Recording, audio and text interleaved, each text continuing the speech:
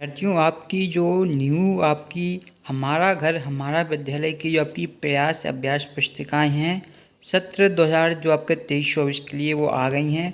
तो इस वीडियो में मैं आपको जो आपकी प्रयास अभ्यास पुस्तिका है इसकी जो कक्षा 6 से 8 तक की जो आपकी बुकलेट जारी की गई है इसका मैं आपको संपूर्ण सॉल्यूशन बताऊंगा। ठीक है, तो वीडियो को पूरा एंड तक देखिएगा। ठीक है, और जो भी डाउट आते हैं वो कमेंट बॉक्स में पूछेगा। वैसे तो मैं कोशिश करूंगा कि आपको कोई भी डाउट ना रहे, वीडियो बिल्कुल आपकी स्पष्ट रहने वाली है। ठीक है, केवल आपको वीडियो को पूरा एंड तक देखेंगे तो आपको सभी डाउट क्लियर रहेंगे और आप जो अपनी अभ्यास पुस्तिका जो आपको जारी की गई है उसमें आप बहुत ही अच्छे क्या है स्कोर कर पाएंगे। ठीक है, और यदि आप इन जो बुक जारी की जाती है इनसे पढ़ाई करेंगे तो आपका जो वार्षिक पेपर है वो भी इन्हीं बुकों से बनाया जाता है, तो आप वार्षिक पेपर में भी अच्छे अंक ला पाएंगे। ठीक है, तो यहाँ पर जो जानकारी दी गई है वो आप यहाँ पर देख सकते हैं। जैसे कि प्रोजेक्ट कार्य आपका जो फर्स्ट दिया गया है यहाँ पर आप देख सकते हैं, आप बाजार से निम्नलिखित 5 खाद्य सामग्रियों का मूल्य पता कीजिए। ठीक है, तो हमें क्या करना है, बाजार से किन्हीं भी 5 क्या है खाद्य सामग्रियों का हमें मूल्य का क्या करना है, पता लगाना है। ठीक है, उसके बाद क्या करना है, ठीक है, ज्ञात मूल्य की सहायता से अलग अलग वजन यानी कि 5 किलोग्राम, जैसे कि कोई भी वस्तु हमने जैसे शक्कर, हमने बाजार से शक्कर का मूल्य पता लगाया। ठीक है, मान लीजिए शक्कर का मूल्य है 40 रुपये प्रति किलोग्राम। ठीक है, तो इसका मान लीजिए हम 5 किलोग्राम लेंगे तो कितने रुपए में पड़ेगा। इस टाइप से आपको अलग अलग सामग्री और अलग अलग जो मात्रा है उसमें आपको लेकर एक टेबल आपको यहाँ पर बनानी है। ठीक है, यहाँ पर दिया गया 2 किलोग्राम, 500 ग्राम, 250 ग्राम सामग्री खरीदने में कितने रुपए लगेंगे ये आपको सारणी में बताना है। ठीक है, तो एग्जाम्पल के तौर पर मैंने आपको बताया था, जैसे कि यदि आप शक्कर का आपने पता लगाया 40 रुपये है, यदि आप 5 किलो खरीदेंगे तो आपका कितने रुपये हो जाएगा, 5 यहाँ पर गुणा करेंगे तो ये आपका 200 रुपये यहाँ से बन जाएगा। ठीक है, इसी प्रकार यहाँ से देखेंगे यदि हम किसी और की बात करते हैं, जैसे कि हम तेल की बात करते हैं तो ये क्या रहता है आपका 100 रुपये किलो रहता है। यदि हम 2 किलो खरीदेंगे तो कितने रुपये हो जाएंगे, ये भी आपके क्या 200 रुपये हो जाएंगे। इसी प्रकार आपको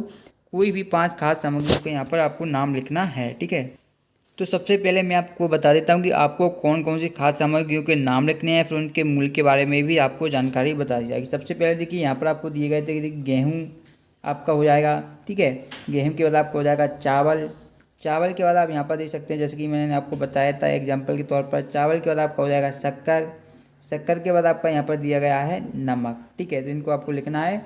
नमक के बाद आपका दिया गया था तुअर दाल, तो ये आपका 5 में हो जाएगा तुअर दाल। ठीक है, अब इनके हम मूल्य की बात करें तो यहाँ पर देखिए जो आपका गेहूं है वो आपका क्या रहेगा 30 रुपये प्रति किलोग्राम। कितने रुपये, 30 रुपये प्रति किलोग्राम।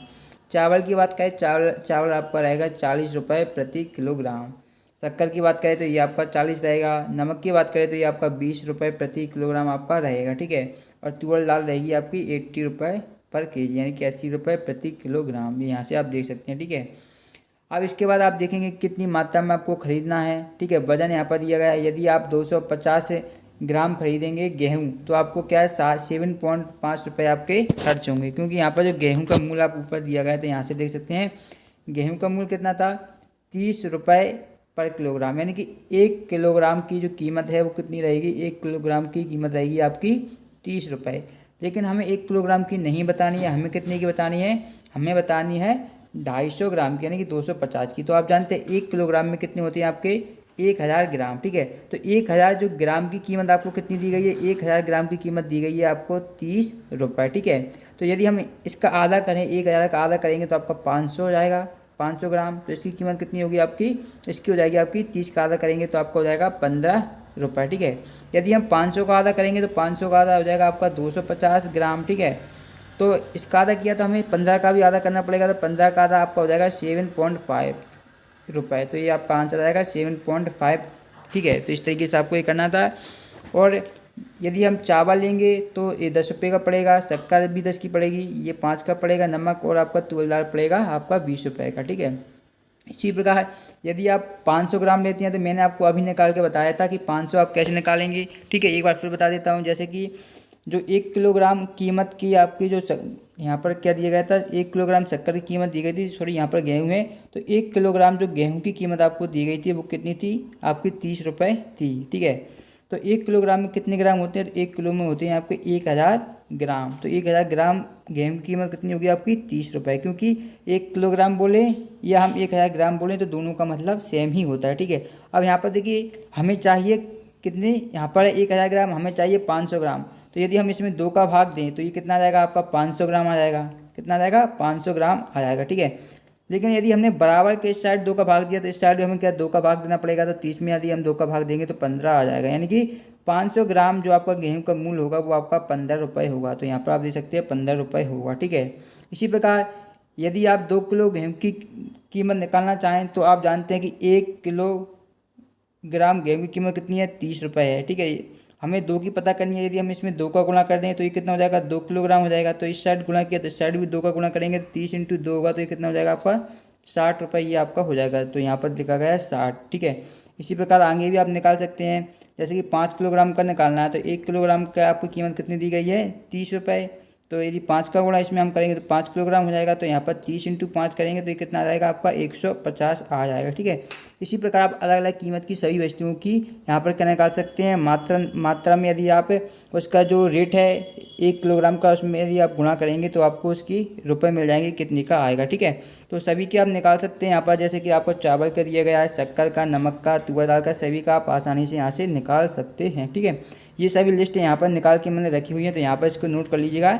मैं किसी एक का और समझा देता हूँ जिससे कि आपको सारे जो भी डाउट हो सकते हैं वो भी आपके क्लियर हो जाएं। जैसे कि हम कोई सा भी ले लेते हैं, जैसे कि यहाँ पर आपका सेकंड वाला ही बता देता हूँ जो कि दिया गया है आपका चावल। तो चावल का 1 किलोग्राम चावल की यहाँ पर मूल्य कितना दिया गया है, 40 रुपये आपका दिया गया है। देखिए अब अलग अलग कैसे आप निकालेंगे, ठीक है। तो मैं यहाँ पर सबसे पहले लिख लेता हूँ, ये आपका दिया गया है वजन और ये है आपका चावल, ठीक है। तो ये आपका चावल वाली लिस्ट यहाँ पर दी गई है, ठीक है।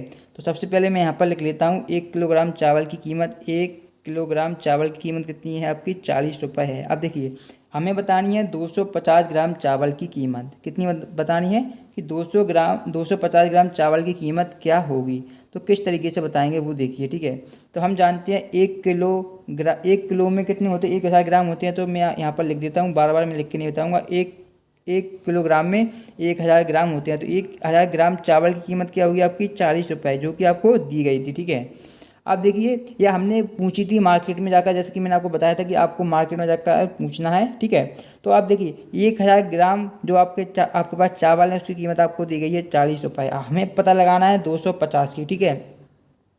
तो आप ऐसे डायरेक्ट नहीं सोच पाएंगे, आप चाहें तो इसमें क्या भाग देकर भी निकाल सकते हैं, लेकिन आप इस तरीके से जो पहले बताया उसी तरीके से बता देता हूँ। जैसे कि यदि आप 1000 का आधा करेंगे तो आपका कितना आएगा, आपका आएगा 500 ग्राम, ठीक है, 500 ग्राम, ठीक है। तो 500 ग्राम की कीमत कितनी हो जाएगी आपकी, 500 ग्राम जब हमने इसको आधा किया है, इसको हमने आधा किया तो इसको भी हमें आधा करना पड़ेगा। तो ये आपका हो जाएगा 20, ठीक है। अब 500 का आधा करेंगे तो आपका 250 आ जाएगा, यानी कि 250 ग्राम। तो इसका आधा किया तो इसका भी आधा करना पड़ेगा, तो 20 का आधा 10, यानी कि 10 आ जाएगा। 250 ग्राम आपकी जो चावल है उसकी कीमत कितनी आ जाएगी, 10 रुपये आ जाएगी। ये आप डायरेक्ट भी सोच सकते थे, डायरेक्ट कैसे कर सकते थे वो भी मैं आपको तरीका बता देता हूँ। जैसे कि 1000 आपको दिया गया है, यहाँ पर आपको क्या दिया गया था, 1000, यहाँ पर पेन चेंज कर लेते हैं, ठीक है। यहाँ पर आपको क्या दिया गया था, 1000 ग्राम आपको क्या है चावल की कीमत दी गई थी 40 रुपये। यदि आप इसी में डायरेक्ट 4 का भाग दें तो आपका 250 ग्राम आएगा, और ये आएगा आपका 4 का भाग देंगे 10। तो ऐसे भी डायरेक्ट आप निकाल सकते थे, ठीक है। जो तरीका अच्छा लगे, या आप पूरा डिटेल में भी कर सकते हैं, या आप इसको डायरेक्ट अपने नोटबुक है उसमें नोट कर लीजिए, सारी टेबल यहाँ पर बनी हुई हैं, तब भी आप इस तरीके से भी कर सकते हैं, ठीक है। तो इसी तरीके से पूरे जितने भी आपकी जो दी गई है बुकलेट, सभी का सॉल्यूशन आपको इस चैनल पर मिलेगा, जो कि है आपका हमारा घर हमारा विद्यालय वाली। तो इस चैनल को सब्सक्राइब जरूर कर लीजिएगा। डिस्क्रिप्शन में आपको PDF डाउनलोड करना चाहते हैं, डिस्क्रिप्शन में लिंक मिलेगी, वहाँ से इसकी आप PDF को भी आसानी से डाउनलोड कर पाएंगे, ठीक है। मिलते हैं नेक्स्ट वीडियो में। वीडियो को लाइक करना बिल्कुल भी ना भूलें। धन्यवाद।